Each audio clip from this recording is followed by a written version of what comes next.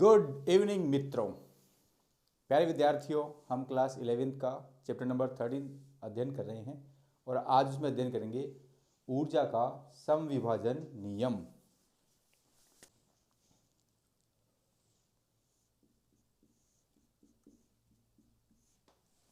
इस नियम के अनुसार ऊष्मीय साम्यावस्था की स्थिति में प्रत्येक अणु की औसत ऊर्जा स्वतंत्रता की सभी कोटियों में समान रूप से वितरित होती है। इसे मैक्सवेल का ऊर्जा का समविभाजन नियम भी कहते हैं। तो इसको मैं लिख देता हूं। इसके अनुसार अर्थात ऊर्जा के समविभाजन नियम के अनुसार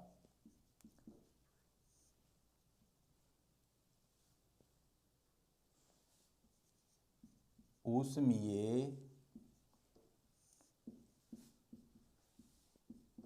साम्य अवस्था की स्थिति में ऊष्मीय साम्यावस्था की स्थिति में प्रत्येक अणु की औसत ऊर्जा स्वतंत्रता की सभी कोटियों में समान रूप से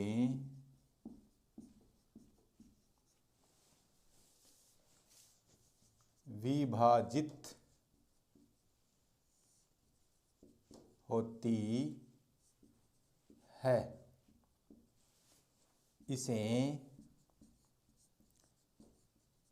मैक्सवेल का ऊर्जा का समविभाजन नियम भी कहते हैं। सम यानी समान वजनी भागों में बांटना, समान भागों में बांटना। एक अणु की जो औसत ऊर्जा होती है वो उस अणु की सभी कोटियों में समान रूप से विभाजित होती है। हम ये जानते हैं क्योंकि प्रत्येक स्वतंत्रता की कोटि की औसत ऊर्जा बराबर होता है 1/2 RT। प्रत्येक स्वतंत्र कोटि की औसत ऊर्जा होती है 1/2 RT। और अभी हमने पिछले वीडियो में माना है कि यदि स्वतंत्रता कोटि F है तो औसत ऊर्जा कितनी होगी। इसलिए F स्वतंत्रता की कोटि की औसत ऊर्जा 1/2 FRT हो जाएगी।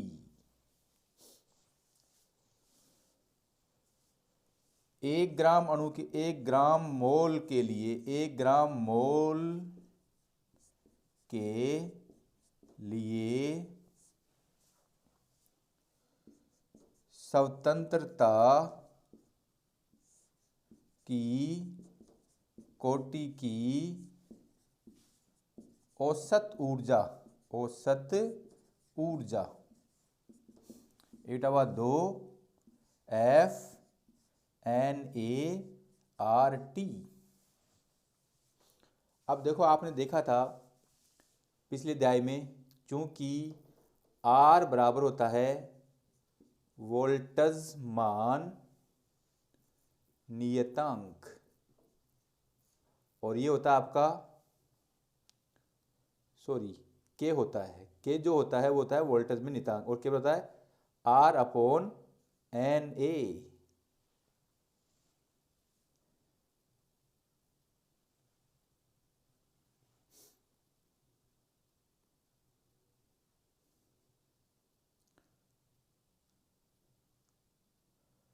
तो आर अपॉन के बराबर are upon N A.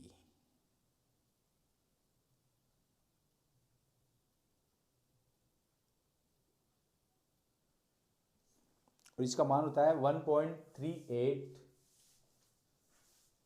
Joule प्रति केल्विन। अब आप इसका स्क्रीनशॉट ले सकते हैं।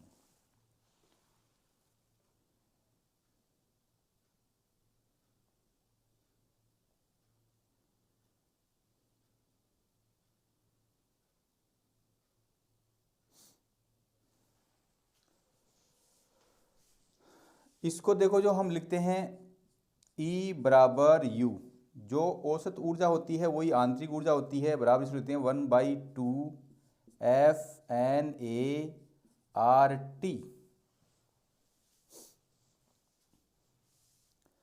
अब एन मोल, 1 ग्राम मोल गैस के लिए, देखो यहाँ मैं एक गैस लिख देता हूँ, 1 ग्राम मोल गैस के लिए, ऐसे ही एन मोल गैस के लिए स्वतंत्रता की कोटि की औसत ऊर्जा क्या हो जाएगी, ये जो आपकी 1 मोल के लिए थी FNART/2, FNART/2 की वजह से NaK कितना हो जाएगा आपका, ये देखो NaK, ये वाला जो पार्ट है इस नियम से NaKR हो जाएगा, तो ये NaKFRT हो जाएगा। और तो n मोल के लिए क्या जाएगा, E बराबर U बराबर 1/2 FNRT, ये समीकरण नंबर हो गया 1।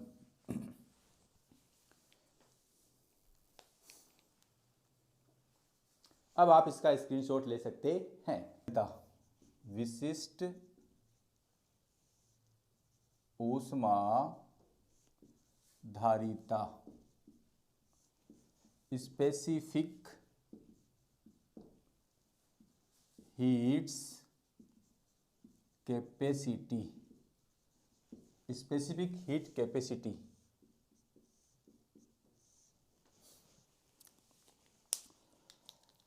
वैसे तो हम जानते हैं कि जो ऊष्माधारिता होती है वो आपकी होती है S=del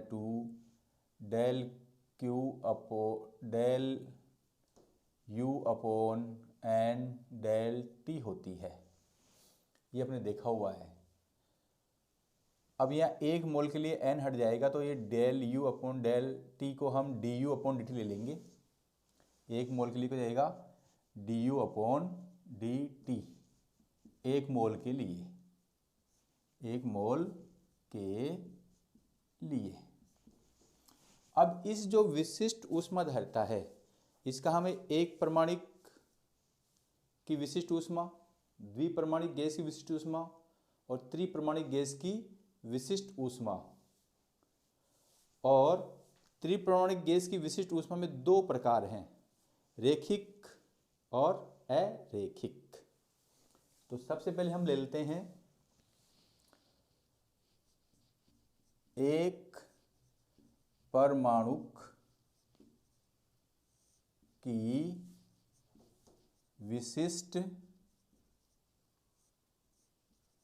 ऊष्मा, इसे हम कहते हैं specific heat of a monoatom, specific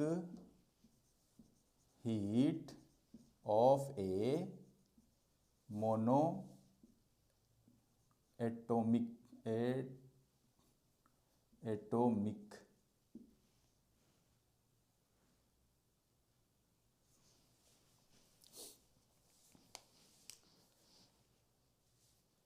और हम ये भी जानते हैं कि एक परमाणु की विशिष्ट ऊष्मा की स्वतंत्रता की कोटियों की संख्या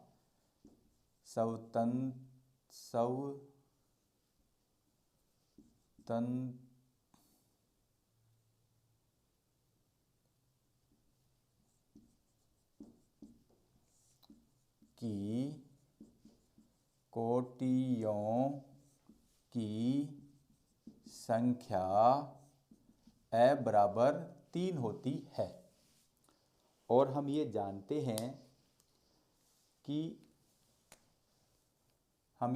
हैं कि E बराबर U बराबर 1/2 FKT, ये हम जानते हैं। और यहाँ पर F का मान कितना है एक परमाणु के लिए, तो E बराबर U बराबर 3/2 KT, चूंकि F बराबर 3। देखो इसको हमने RT प्रूव कर लिया था, शुरू में KT था, फिर RT निकाल लिया था इसको, 3/2 RT। अब हम क्या करते हैं, अब हम ये करते हैं कि स्थिर आयतन पर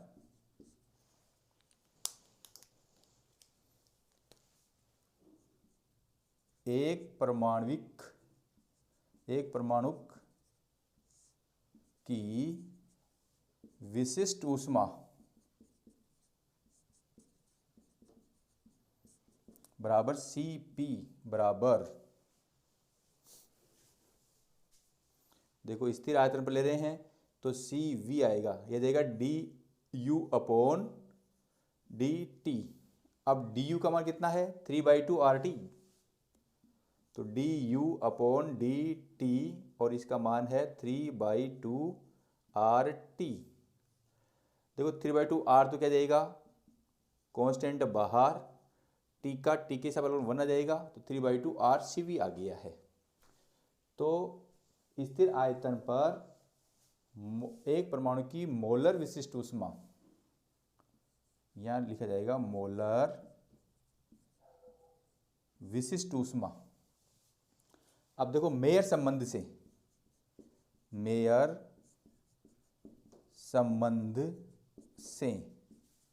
Cp माइनस Cv बराबर कैपिटल R, तो Cp बराबर Cv प्लस R। ये Cp क्या है, स्थिर दाब पर एक परमाणु की मोलर विशिष्ट ऊष्मा, और Cv का मान कितना है, Cv बराबर है 3/2 R प्लस R। अब डेढ़ में एक जोड़ेंगे तो 2.5 हो जाएगा, और 2.5 को हम लिख सकते हैं 5/2 R। ये आपका Cp आ गया है, और Cv यहाँ से आ गया, चूंकि Cv बराबर 3/2 R। अब हम क्या करते हैं, मोलर विशिष्ट ऊष्माओं का अनुपात, मोलर विशिष्ट ऊष्माओं का अनुपात, मोलर विशिष्ट ऊष्मा मोलर विशिष्ट ऊष्माओं का अनुपात बराबर गामा बराबर Cp/Cv। Cp कितना है आपका 3/2 R, ये Cp आपका 5/2 R, और Cv कितना है 3/2 R, 3/2 R। R से R कट गया, 2 से 2 कट गया, तो कितना बचेगा, गामा इजिकल बचेगा 5/3। अब 5 में 3 का भाग लगाएंगे 1 आएगा, 2 बचेगा, 36 18, फिर 2 बचेगा, फिर 6 आएगा, तो इसको 7 कर देता हूँ।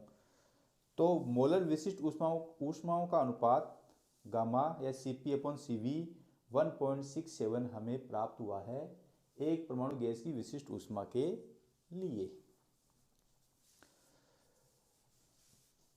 अब देखो हमें करना क्या है यहाँ पर, ये हमारा एक प्रकार से ढांचा बन गया है। एक परमाणु की विशिष्टता हमने निकाली है और हम ये भी जानते हैं कि द्विपरमाणु की कोटियों की संख्या और त्रिपरमाणु कोटियों की संख्या, ये हमने इससे पहले वाले वीडियो में अध्ययन किया है। यदि आपको मालूम नहीं है तो government.vlogs यूट्यूब चैनल की प्लेलिस्ट पे जाकर उसे देख सकते हैं। अब देखो हमें इतनी सी बात समझ में आ गई हो तो जो हम द्विपरमाणिक गैस की निकालनी है विशिष्ट ऊष्मा, उसमें कुछ भी नहीं करना है, एक परमाणु जगह द्विपरमाणिक कर देना है। द्विपरमाणिक की विशिष्ट ऊष्मा और मोनो एटॉमिक जगह डाई एटॉमिक आ जाएगा।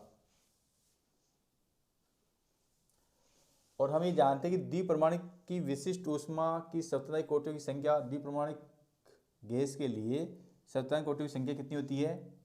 5। तो ये आपका ऐसा कैसा आएगा, यहाँ एफ जे कितना हो जाएगा, यहाँ एफ की जगह हो जाएगा, देखो जो परिवर्तन है वो अलग से कर देता हूँ, या रेड से है तो ग्रीन से तो रेड से कर देता हूँ, रेड। ये आपका हो गया। अब सेम लैंग्वेज ये आएगी, स्थिर आयतन पर एक परमाणु लिखा जाएगा द्विपरमाणु, द्विपरमाणु की मोलर विशिष्ट ऊष्मा, ये सेम आ जाएगा, यहाँ क्या जाएगा 5 आ जाएगा और यहाँ भी क्या जाएगा 5 आ जाएगा। ये सेम आएगा, यहाँ क्या जाएगा 5 और यहाँ भी क्या जाएगा 5। अब 2.5 1 3.5, तो यहाँ कितना जाएगा 7। अनुपात निकालेंगे तो यहाँ तो आ जाएगा 7, यहाँ आ जाएगा 5, तो यहाँ कितना जाएगा, यहाँ आ जाएगा 7 और यहाँ आ जाएगा 5। तो इसको हम निकालते हैं तो आएगा 5 एकम 5, 2 बचेगा 5 चौका 20।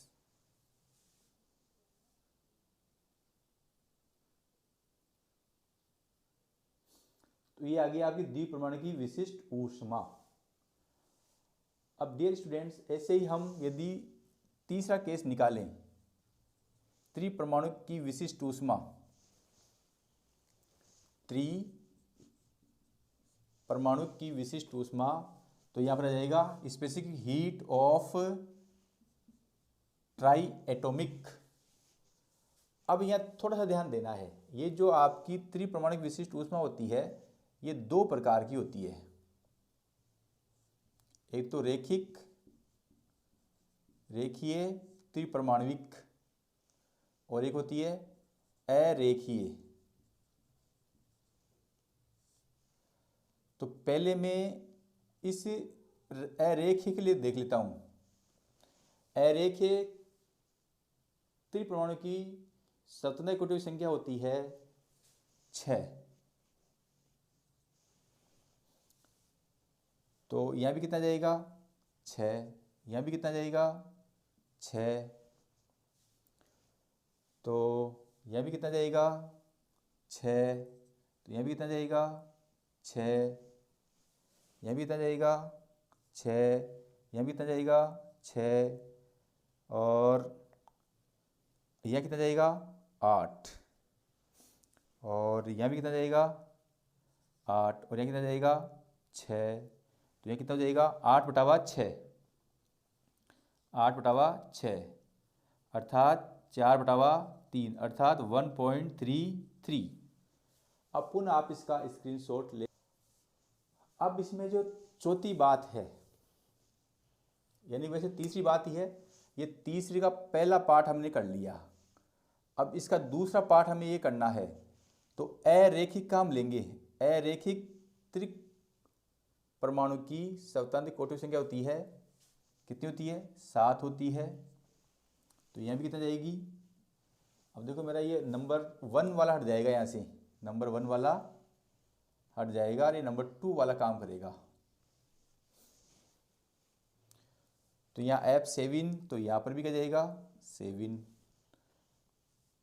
और ये मैंने गलतियाँ वहाँ भी कर दी, तो ये यहाँ भी हो जाएगी, ये हो जाएगी त्रिक त्रिपरमाणुक, और यहाँ हो जाएगी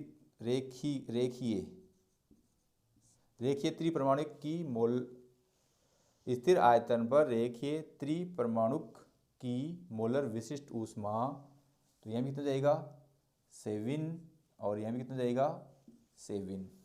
यहाँ 7 होने से यहाँ भी 7 और यहाँ भी 7, और 7/2 + 2 9/2।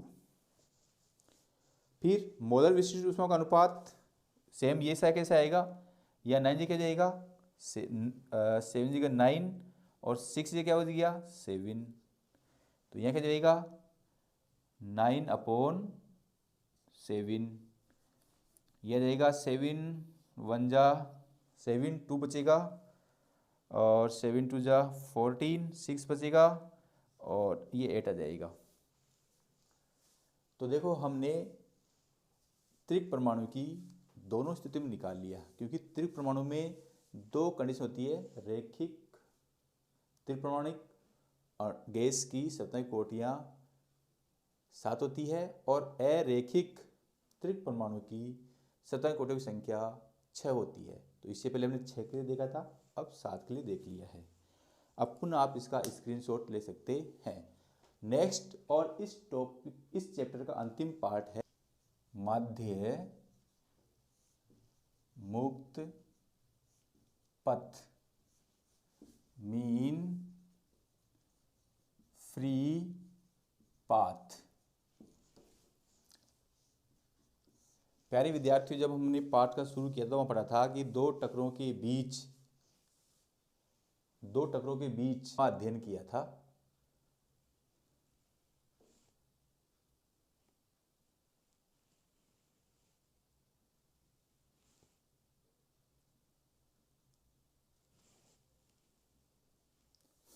यह कोई हमारा एक बेलनाकार पात्र है।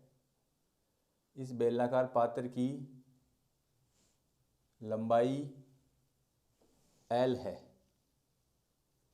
इस बेलनाकार पात्र की लंबाई L है।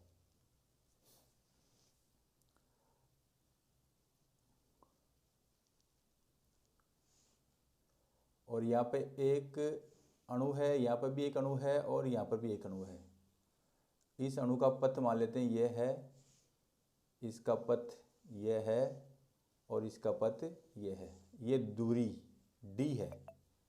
देखो इसकी त्रिज्या यानी कुल मिला के ये क्या हो गया, एक गोले का व्यास हो गया।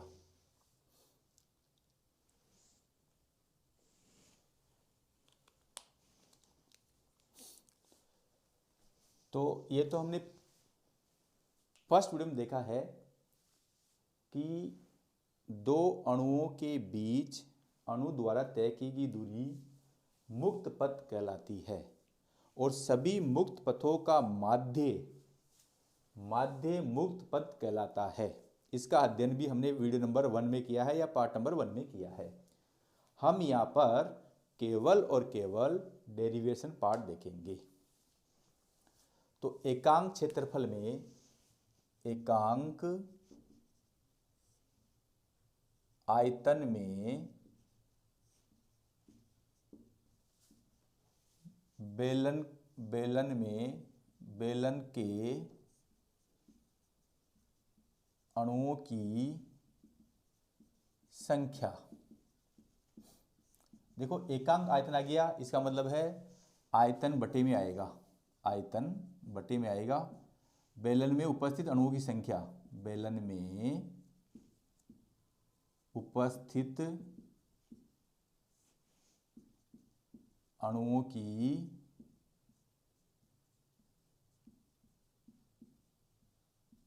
संख्या। अब मैं यहां पर निकालूंगा बेलन में उपस्थित अणुओं की संख्या बराबर बेलन में उपस्थित अणुओं की संख्या बराबर क्या हो जाएगा, एकांक आयतन में बेलन के अणुओं की संख्या, एकांक आयतन में अणुओं की संख्या इंटू आयतन। अब देखो एकांक आयतन में अणुओं की संख्या मान लेते हैं कि n 0 है, और आयतन क्या होता है, क्षेत्रफल इंटू चौड़ाई, या बेलन का होता है पाई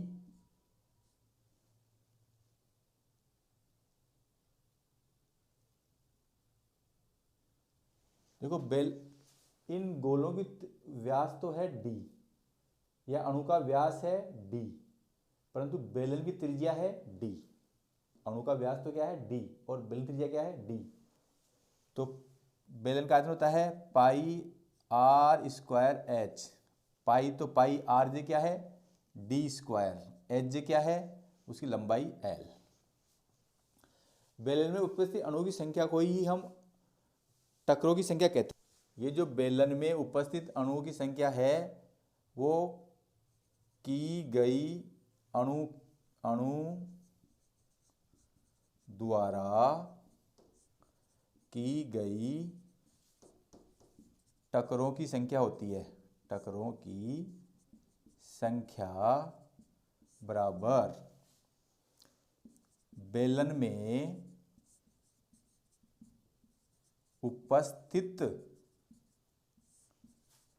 अणुओं की संख्या। ये बात आपको याद रख लेनी है। देखो ऐसी बात मैं क्यों कह रहा हूँ, ऐसी बात मैं इसलिए कह रहा हूँ कि जो बेलन में उपस्थित अणु हैं उन्हीं अणुओं में टक्कर होगी। तो बेलन में उपस्थित अणु की संख्या बोल दो या अणु द्वारा की गई टक्करों की संख्या बोल दो, टक्कर क्या होगी, उपस्थित अणु में तो होगी। तो ये दोनों क्या है, टक्करों की संख्या या बेलन में उपस्थित अणु की संख्या किसी बराबर होगी n0 पाई डी स्क्वायर एल।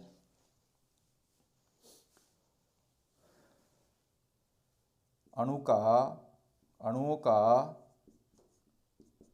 माध्य मुक्त पथ बराबर कुल दूरी बटे टकरों की संख्या। टकरों की संख्या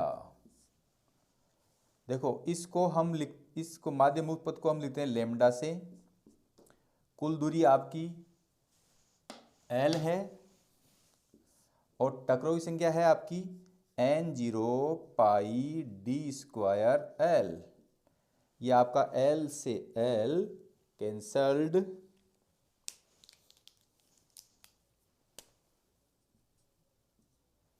तो लेमडा बराबर आ गया 1/n0 पाई डी स्क्वायर।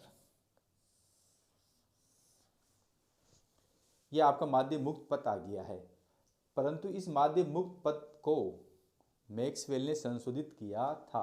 अब आप इसका स्क्रीनशॉट ले सकते हैं।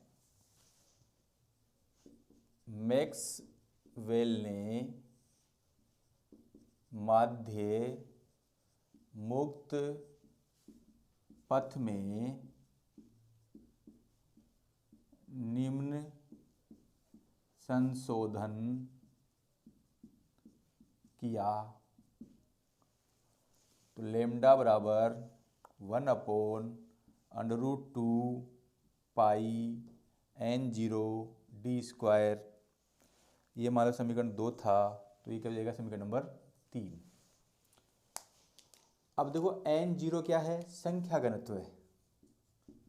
संख्या घनत्व अंक आयतन में अणुओं की संख्या। देखो एकांक बढ़ाते ही इसका मतलब आयतन नीचे आएगा।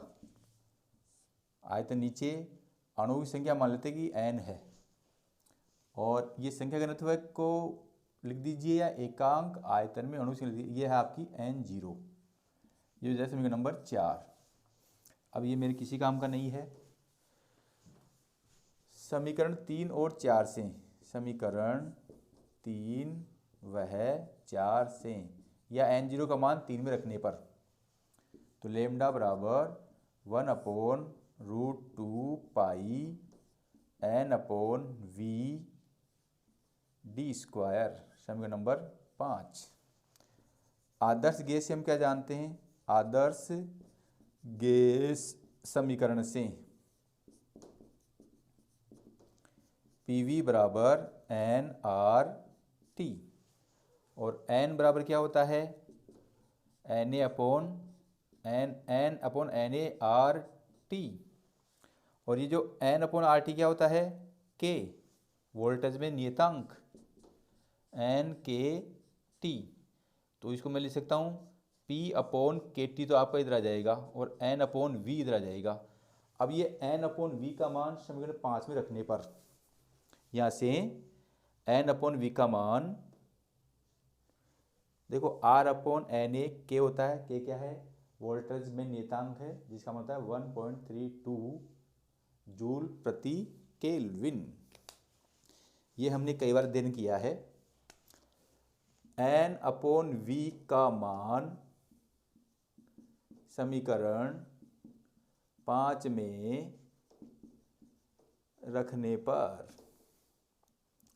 तो देयरफॉर लैम्डा अपॉन √2 पाई n अपॉन V क्या जाएगा? P अपॉन KT, तो KT ऊपर चल जाएगा डी स्क्वायर।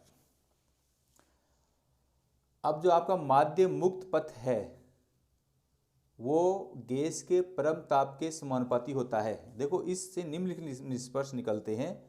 माध्य मुक्त पथ गैस के परम ताप के समानुपाती होता है। इसी के प्रकार जो माध्य मुक्त पथ होता है वो दाब के व्युत्क्रमानुपाती होता है, और जो माध्य मुक्त पद होता है वो बेलन की त्रिज्या के वर्ग के व्युत्क्रमानुपाती होता है। ऐसे बोल सकता हूँ मैं, या यूँ बोल सकता हूँ कि जो माध्य मुक्त पथ होता है वो अणु के व्यास के वर्ग के व्युत्क्रमानुपाती होता है। ये दोनों बात सही है।